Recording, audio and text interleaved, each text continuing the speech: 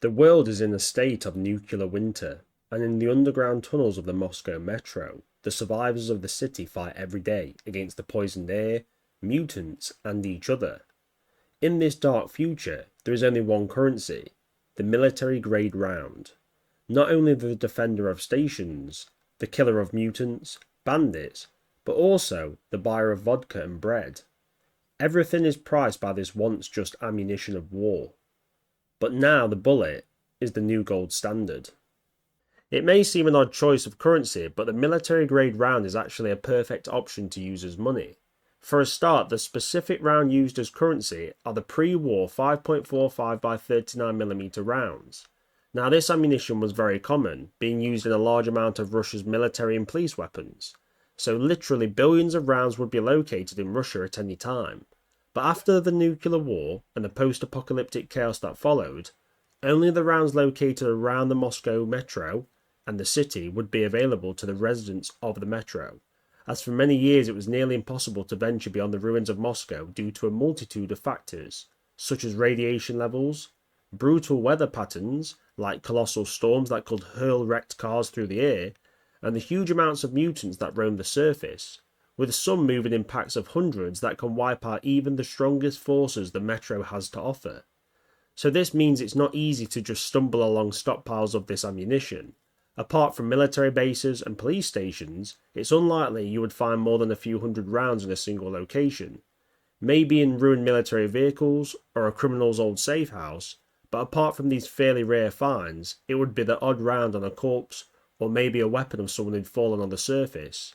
And if you did find a large stockpile of military-grade rounds, unless this stockpile is located close to the metro, it would be a nightmare to transport it back to the safety of a station, as ammunition weighs a fair bit in large quantities, so you're going to be carrying it back on foot, as the surface is a mess and very few vehicles exist. And the vehicles that do exist are owned by the more powerful stations, such as Polis or Hansa, and the roads are blocked by wrecked cars and have a huge amount of collapsed gorges across them, so the ability to move around is limited. So getting those thousands of rounds back to the metro safely will take multiple trips of many people, and in this hostile environment, you're going to be using some of these rounds to defend yourself along the way. This difficulty in acquiring the rounds is not the only reason they're so valuable, but also the dire need of ammunition to fight the many threats in the metro, be they mutant or human. And military-grade rounds are rarely used directly. More often than not, they're broken down into so-called dirty rounds, which are metro-made rounds that use smaller amounts of propellant and reuse old cartridges or newer, lower-quality metro-made ones. These are inferior to the pre-war rounds. These dirty rounds have less stopping power and are purely for shooting. They're not accepted as currency, but obviously could be bought or sold. But your local bar won't be selling any vodka for dirty ammunition. The use of dirty rounds versus military-grade rounds is a huge argument in the metro, and it leads to a major show of how the more powerful and wealthy stations conduct war against the weaker ones. And remember, a key thing is not all the powerful groups in the metro are necessarily wealthy, such as the Red Line, as it has the largest population, so the amount of wealth per person is less. And its basic troops are pretty much conscripts, though it does have some elite heavily armed forces. Whereas the fascist stations, due to their strict policies on mutations, has a lower population, and due to its total war style of running its stations, it allows it to have a small, very well trained elite force. So it causes very different approaches to war. They'll say quantity has a quality of its own, and the Red Line showed this in the wars. Dirty ammo is fine for the closer range engagements in the metros, which most are as they take place in the dark, cramped tunnels and small compounds between the stations. These tend to be against mutants and lesser armed people such as bandits and scavengers. But in the large engagements in the more expansive areas of the metro, the dirty ammo suffers greatly over distances, and military-grade rounds make a huge difference. And if your opponents have body armour, dirty rounds won't penetrate a lot of the time. This can make troops with good body armour almost walking tanks, especially if you're firing dirty rounds from weapons such as the Bastard, which truly is a piece of crap. Something interesting in the Metro games is where Red Line troops that have just got through training are given one magazine of military-grade rounds for their Bastard gun, which is 20 rounds standard, but they're encouraged to spend these rounds on the enemy. If they come back from the front alive and still have their military-grade rounds, I imagine the local commissar would not be very happy. So they have one magazine of decent ammunition, then it's back to whatever dirty rounds that they get given. but with the Red Line's doctrine to war, I imagine they don't expect many of their troops to survive shooting their entire magazine. The difference in these rounds is more apparent on the surface where long-range engagements are common and mutants are aplenty. And these can be the most powerful, such as the infamous demons or the librarians, which are extremely tough, and if you're not packing military-grade rounds, you may have to dump hundreds of dirty rounds into a target to kill them, as due to their low power, you're unlikely to penetrate their thick skins and damage the vital organs or the brain. And God forbid you run into a vehicle on the surface or an armoured train car in the metro, as dirty rounds will not penetrate steel plates. You'll need more powerful weapons with military-grade rounds or explosives. And many a lightly armed Red Line conscript has been cut to pieces by a fascist armoured railcar with no hope of survival. These dirty rounds also have wild differences in their quality, and they're not great for many weapons that fire them, causing regular jams, misfires, and outright exploding in the gun, causing the weapon to break, and the user may be injured and in very unlucky cases killed. And these poor quality controls mean one dirty round might hit the bandit you're firing at with decent power, whereas the next might just barely reach them. It would definitely give the gift of surprise to any dirty round user, so expect exciting and painful times if you're using the Metro's homemade ammunition. The pre-war military-grade rounds are almost impossible to counterfeit by the citizens of the Metro due to the lack of fresh materials to make a round. If you break down what it takes to make a single round, it's quite complex. Now this is just a basic list of stuff. Obviously I don't know how to make ammunition myself, so don't take this as kind of lore, and obviously for you gun nuts out there, chill out. Obviously you need a brass case. You need, obviously for that, copper and zinc most likely. You need to obviously have the bullet for like a full metal jacket style round, which it is. You'll need lead for the bullet core, and you'll need copper for a gilding metal. For gunpowder and propellant, you need nitrocellulose, nitroglycerin, and other stabilizers and additives. For the primer, you need brass or nickel-plated steel cup, lead stiphnite, primary explosives, and barium nitrate, antimony sulfide or tetracene.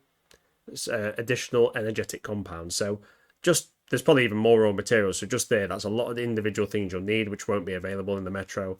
And then for the equipment needed, you need a reloading press, dies for the 5.45 by 39, shell holder, powder scale, powder measure or trickler, calipers, case tumbler / polisher, case trimmer, primer tool, case lube, and obviously your safety gear. So just for the equipment and raw materials is very complex just to make ammunition. I don't think people realise this. And obviously it's easier to, if you've got shells from old, old fired rounds, if you've got the casing still, to reload my bullets and stuff is not that difficult compared to making brand new ones. But to make fresh ammunition, yeah, it's going to be tough. And there's going to be very few people who can do it well. And that's if you have access to everything, which most won't. And now I get to introduce my first ever sponsor ever. This is quite a big moment for me, and I'm really happy with this one. It's the book. It's the Ultimate Guide to Rebuilding Civilization. It's a 400-page plus book of artwork, storytelling, and actual useful info to use once the apocalypse hit. Be it an AI Skynet, takeover or a zombie apocalypse, this book will come in useful. It makes a fantastic gift for a birthday or Christmas, or just a present to someone who's really into art or architecture, or they're really into kind of like cool designing things. It'd really be up their street. And I've got mine right next to me. You can hear it here. It's a big beastie book. And I'm reading the waste management section, which is really cool to me because in the Jellybean Empire, nothing goes to waste. It's a beautiful book, and if you want to get 10% off, should I say, use the code to Jellybean10. It's on the screen here, and follow the links in the description to the actual site. But yeah, it's really cool, and no AI. 5,000 hours of work went into this, and it's good to see proper artistic storytelling work still being made with no AI influence. So I'm really happy with this sponsor. Thanks for watching this bit, guys. But as we can see, without the infrastructure of a nation behind you, to make bullets from scratch is nearly impossible. The only thing the citizens of the Metro can do is make lesser imitations, the dirty rounds. And this means military-grade rounds is a pure currency and won't be as much risk of being diluted by counterfeits, which increases the confidence in using it for trade. And the only station that is likely to have this equipment to even produce military-grade rounds is Armour Station, which is known for being the main producer of firearms in the Metro. But most are pretty simple compared to the pre-war designs, and to have the tools and to find all the raw materials needed to produce the ammunition, as we said, is almost impossible. So you need great resources, skills and equipment to even make a single military grade round. To do it on mass, you're going to need even more. So it's dirty rounds for most of the Metro and whatever you can scavenge up for military grade rounds. I have to address the fact that many pre-war calibers would be present, everything from 5.45, 7.62, shotgun shells, and even the 12.7mm heavy machine gun ammunition, that's the Russians' 50 cal. But why were other rounds not used as currency? Well, 5.45 in the Metro universe is by far the most common in the military and police's weapons, so this ammunition is more plentiful by a huge margin. And even with other caliber weapons present, most weapons in the Metro of pre-war design use the 5.45, and a lot of the new ones do as well. So more specialised rounds like the 12.7 are more valuable and actually extremely rare. So currency-wise, they're not seen as a source of payment, but a high-value good. It's also ironic to think in the Metro games, when you see heavy weapons being fired, the actual cost of the ammunition would be massive, so they should only be used when absolutely necessary. And that's probably why we see so many checkpoints at the station's blast doors defended with guards armed with flamethrowers, as this saves on ammunition, as creating flammable fuel isn't that difficult, but creating ammunition is. The prominence of dirty ammunition grows every day in the Metro, and for poorer residents of the Metro, using your money to kill is not an option. You have to buy goods, so you need to find something else to kill with. That's where weapons like the Helsing, which fire metal bolts, and the Tikvar, which fires metal ball bearings, come in. Both are pneumatic weapons using compressed air to fire their projectiles, and this simple form of ammunition like bolts can be made very easily. And ball bearings, which are not easy to make, but are widely available in pre-war objects, so you have ample supplies of ammunition to the average scavenger. And over time, especially in the stations that are on the far ends of the Metro, these homemade weapons would be more common, as they get increasingly cut off due to the encroachment of mutants.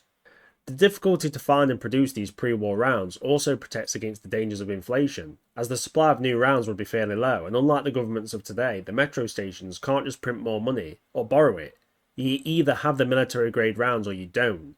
And if you want to earn some, they need to provide materials or services of worth, like an actual real economy. This is actually a great thing for the average Metro resident, as if you've saved up, let's say, 100 military grade rounds, they won't simply be devalued, for instance, if your station wants to print more money. They can't just do that.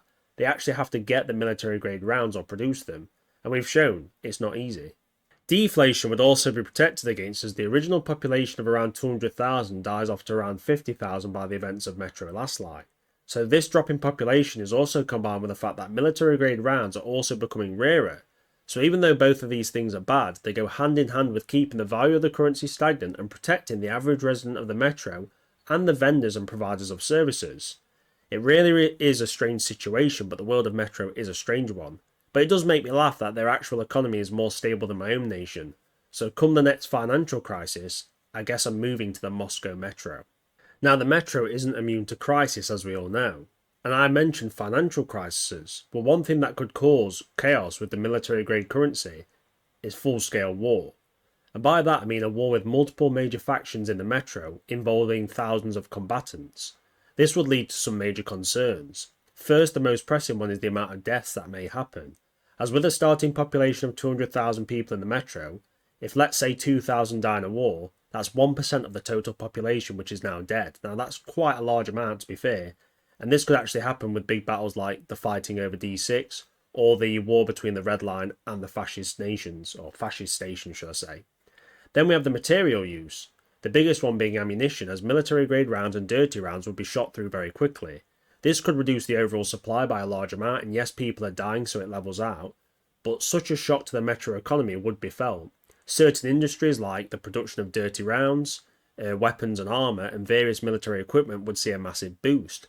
But everything from bars to food production would see a big dip in their income, and larger stations could weather this turmoil, but smaller stations, especially ones in more dangerous areas of the Metro, may find this economic problem causing situations where they have no ability to buy food or access vital services or goods, which may actually lead to the downfall of their stations. The discovery and finding of D6 was a major change in power in the Metro, giving the Spartan Ranger Order significant facilities and resources, but it was also full of weaponry and pre-war ammunition. Now the Rangers tried to keep balance in the Metro, and in my opinion are a faction for good, so they used these massive stockpiles for combat and to purchase goods and services. But they didn't dump too many rounds into the Metro's economy to destabilise it. But the scary thing is, they could have. If they wanted to, they could have caused a major crisis, initiating huge inflation like when the government pumps a lot of money by inserting loads of military grade ammunition into the Metro's military supply. They could have used this to manipulate and do lots of, bad things. But luckily, they're not like that. The carrying of military-grade rounds reminds me of how people used to carry coins of valuable metals like silver or gold. They're easy enough to fit in your pockets and weigh only a little, so in small amounts, let's say between 1 and 30 rounds, it's not too difficult to go out and make a purchase. But when you're making a large purchase or trade that may require thousands of rounds, well, you're going to need help or maybe rail transport to get the rounds to the vendor.